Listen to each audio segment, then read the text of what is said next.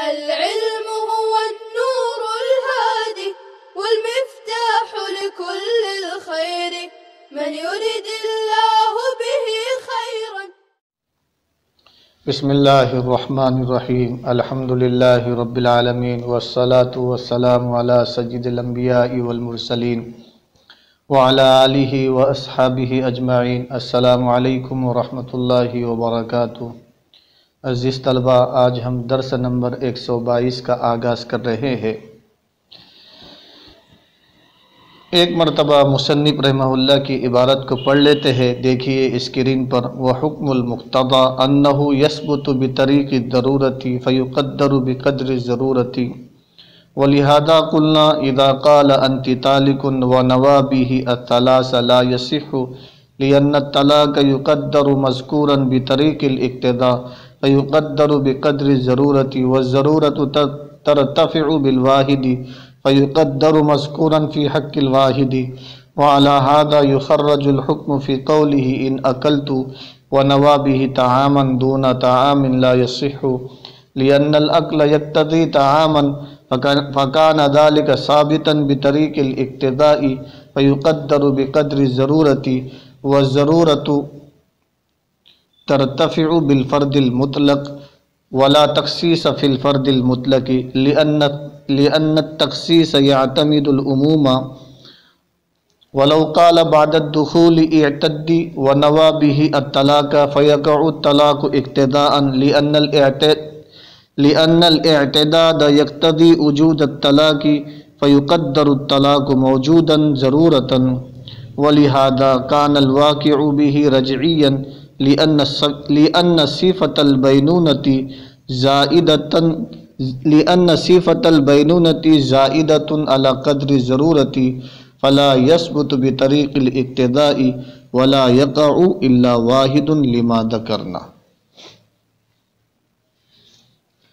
عزیز طلبہ، اس عبارت میں صاحب کتاب نے مقتضیٰ کا اصول اور اس اصول پر چند مثالوں کو متفرع کیا ہے. وحکم المقتضیٰ، مقتضیٰ کا حکم یعنی اصول یہ ہے کہ وہ ضرورت کے طریقے سے ثابت ہوتا ہے، بطور ضرورت کے ثابت ہوتا ہے، اور وہ ضرورت کلام کے معنی کو صحیح کرنے کی ہے. اس لیے اس مقتضیٰ کو ضرورت کی مقدار تک ہی ثابت مانا جائے گا، یعنی صرف اتنی مقدار میں مقتضیٰ کو ثابت کریں گے جس مقدار سے کلام کی تصحیح ہو جائے. اس لیے کہ کلام میں مقدر اور محذوف ماننا خلاف اصل ہے، اور خلاف اصل کا ارتکاب اتنا ہی کرے گے جس سے کلام کا معنی صحیح ہو جائے. صاحب کتاب نے عزیز طلبہ اس کو مثال سے واضح کیا ہے کہ اگر کسی آدمی نے اپنی بیوی کو انتی طالقن کہا اور اس کہنے سے 3 طلاقوں کی نیت کی تو 3 کی نیت کرنا صحیح نہیں ہوگا، اس لیے کہ یہاں طلاق کو اقتضاءً مانا جاتا ہے.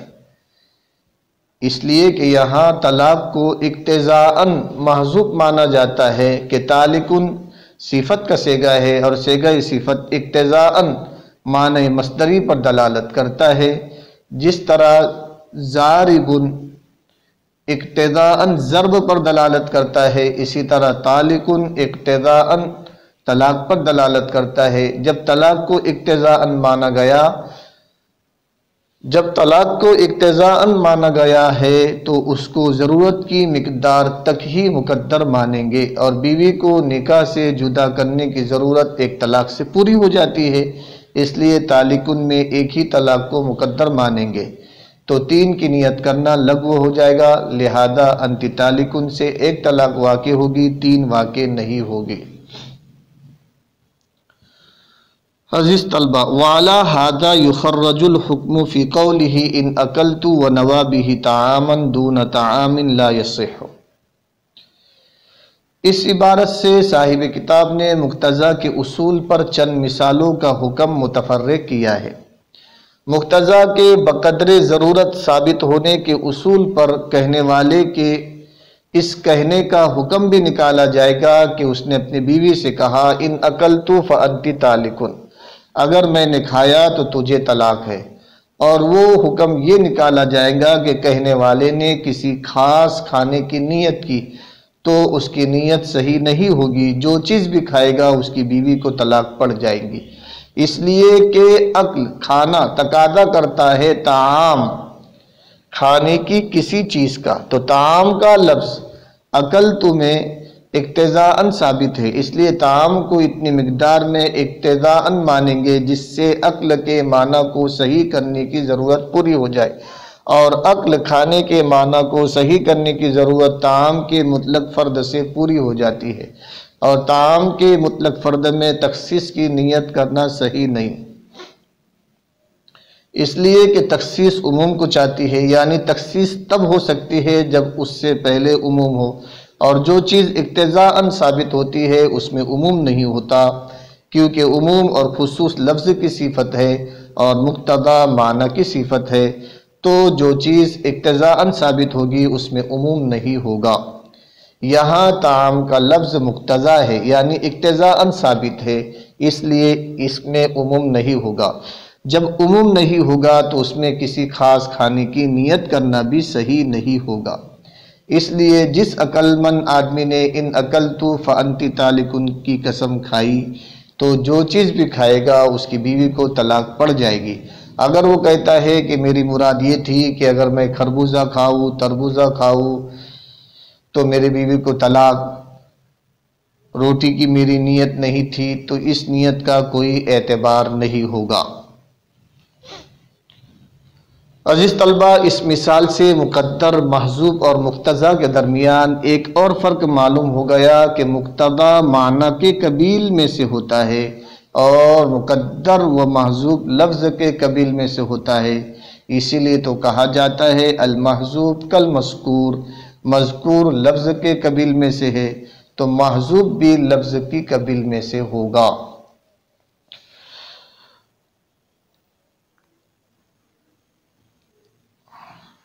وَلَوْ قَالَ بَعْدَ الدُّخُولِ اعْتَدِّي وَنَوَى بِهِ الطَّلَاقَ۔ عزیز طلبہ، یہ مقتضا کے اصول پر دوسری تفریع ہے۔ اگر شوہر نے اپنی مدخول بہا بیوی کو اعتدی کہا اور اس سے طلاق کی نیت کی تو اقتداءً طلاق واقع ہو جائے گی، اس لیے کہ عدت گزارنا وجود طلاق کا تقاضا کرتا ہے۔ جب خاوند بیوی کو عدت گزارنے کا حکم دے رہا ہے تو عدت تو عورت طلاق کے بعد یا شوہر کے مرنے کے بعد گزارتی ہے، یا شوہر زندہ ہے اس کو عدت گزارنے کا کہہ رہا ہے، معلوم ہوا اس نے بیوی کو طلاق دے دی ہے، تو یہاں طلاق اقتضاءً موجود ہے اور مقتضا کو بقدر ضرورت مانا جاتا ہے، اس لیے اعتدی سے طلاق رجعی واقع ہوگی، کیونکہ نکاح سے عورت کو جدا کرنے کی ضرورت تو طلاق رجعی سے پوری ہو جاتی ہے، اس طرح کہ اس کو چھوڑ دے یہاں تک کہ اس کی عدت گزر جائے، لیکن اعتدی سے طلاق بائنہ واقع نہیں ہوگی، کیونکہ بائنہ ہونے کی صفت ضرورت سے زائد ہے، اور پھر یہ کہ اعتدی سے ایک ہی طلاق واقع ہوگی، اس کہنے سے تین کی نیت کرنا صحیح نہیں ہوگا، کیونکہ طلاق اقتضاءً ثابت ہے، اور جو چیز اقتضاءً ثابت ہوتی ہے وہ بقدر ضرورت ہوتی ہے، اور ضرورت ایک طلاق سے پوری ہو جاتی ہے، اس لیے اعتدی سے تین طلاقیں واقع نہیں ہوگی۔ عزیز طلبہ، مصنف رحمہ اللہ نے وَلَوْ قَالَ بَعْدَ الدُّخُولِ میں بعد الدخول کی قید اس لیے لگائی ہے کہ اگر شوہر نے غیر مدخول بہا بیوی کو اعتدی کہہ کر طلاق کی نیت کی تو اس سے طلاق بائنہ ہوگی، طلاق بائنہ واقع ہوگی، کیونکہ اس صورت میں طلاق اقتضاءً موجود نہیں مان سکتے، اس لیے کہ غیر مدخول بہا بیوی پر طلاق کے بعد عدت نہیں ہوتی، تو اس اعتدی کو طلاق سے مجاز قرار دیں گے، اور غیر مدخول بہا عورت کا نکاح غیر مدخول بہا عورت کا نکاح ابھی تک دخول کے ساتھ مؤکد نہیں ہوا، اس لیے وہ ایک طلاق سے ہی بائنہ ہو جاتی ہے، لہذا اعتدی سے غیر مدخول بہا عورت کو طلاق بائنہ واقع ہوگی۔ عزیز طلبہ، آئیے اب ہم عبارت کا ترجمہ کر لیتے ہیں، دیکھیے اسکرین پر۔ وحکم المقتضی، اور مقتضا کا حکم اور اصول یہ ہے کہ یہ بطور ضرورت ثابت ہوتا ہے، لہذا اس کو بقدر ضرورت مقدر مانا جائے گا۔ وَلِهَذَا قُلْنَا، اسی وجہ سے کہ مقتضا بطریق ضرورت ثابت ہوتا ہے، اس وجہ سے ہم نے کہا اگر کوئی شخص انتی طالق بیوی سے کہے اور اس سے طلاق کی نیت کرے اور اس کے ذریعے 3 طلاق کی نیت کرے، لا یصح، صحیح نہیں ہوگا، اس لیے کہ طلاق بطریق اقتضاء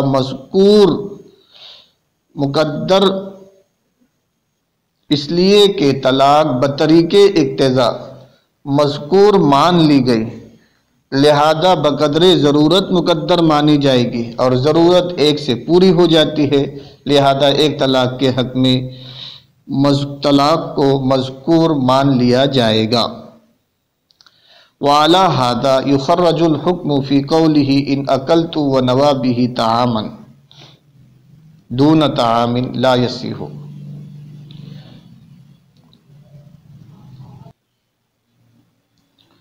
وَلِهَذَا قُلْنَا، اسی وجہ سے کہ مقتضا بطور ضرورت کے ثابت ہوتا ہے،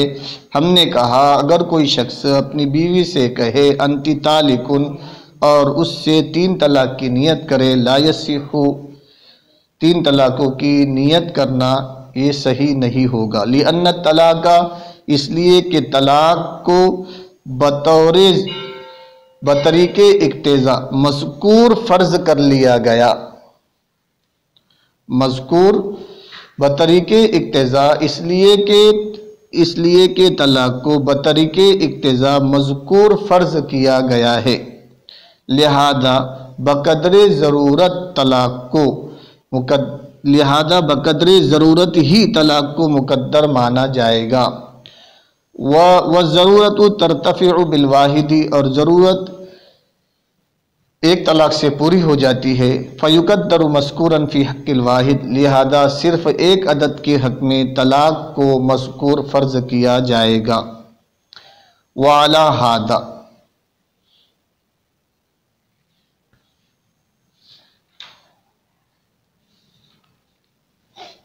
اور اسی اصل پر، یعنی مقتضا بطریق ضرورت ثابت ہوتا ہے، اس اصول پر قائل کے قول ان اکلت میں حکم کی تخریج کی جائے گی، اور اسی اصول پر، یعنی مقتضا بطریق ضرورت ثابت ہوتا ہے، اسی اصول پر قائل کے قول ان اکلت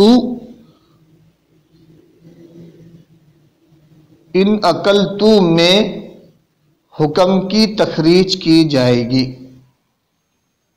یعنی اگر کوئی کہے ان اکلت، اگر میں کھاؤں تو میرا غلام آزاد یا میری بیوی آزاد، وَنَوَى بِهِ طَعَامًا، اور اس نے اپنے اس قول سے ایک خاص کھانے کی نیت کی، دون طعام، نہ کہ دوسرے کی، یعنی کسی مخصوص اور متعین کھانے کی نیت کی، تو یہ نیت صحیح نہیں ہوگی۔ اسی اصول پر قائل کے قول ان اکلت میں حکم کی تخریج کی جائے گی، یعنی اگر کسی نے کہا ان اکلت، اگر میں کھاؤں تو میرا غلام آزاد یا میری بیوی کو طلاق، وَنَوَى بِهِ طَعَامًا، اور اس نے اپنے اس قول سے کسی خاص کھانے کی نیت کی، نہ کہ کوئی بھی کھانے کی، تو لا یصح، تو یہ نیت صحیح نہیں ہوگی، اس لیے کہ عقل طعام کا تقاضا کرتا ہے، لہذا طعام بطریق اقتضاء ثابت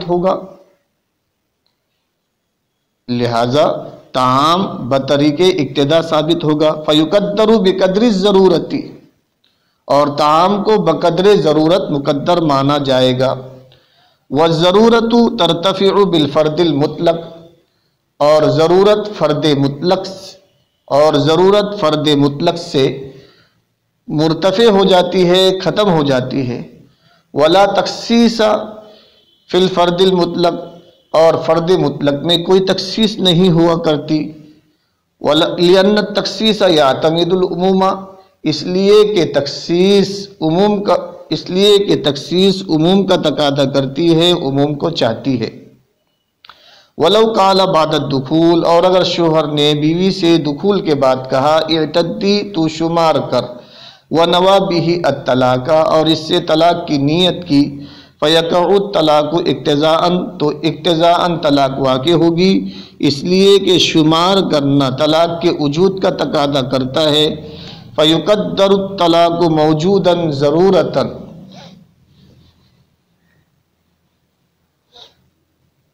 لہذا طلاق کو بوجہ ضرورت موجود فرض کر لیا جائے گا، لہذا طلاق کو ضرورت کی وجہ سے موجود فرض کر لیا جائے گا۔ وَلِهَذَا كَانَ الْوَاقِعُ بِهِ رَجْعِيًّا، اور اسی وجہ سے، وَلِهَذَا، اور اسی وجہ سے، یعنی طلاق کے بطریق اقتضاء و ضرورت ثابت ہونے کی وجہ سے، اسی وجہ سے اس قول سے واقع ہونے والی طلاق طلاق رجعی ہوگی۔ لِأَنَّ صِفَةَ الْبَيْنُونَةِ زَائِدَةٌ عَلَى قَدْرِ الضَّرُورَةِ، اس لیے کہ بینونت کی صفت مقدار ضرورت پر زائد ہے، اس لیے کہ بینونت کی صفت ضرورت کی مقدار سے زائد ہے۔ فَلَا يَثْبُتُ بِطَرِيقِ الْاقْتِضَاءِ،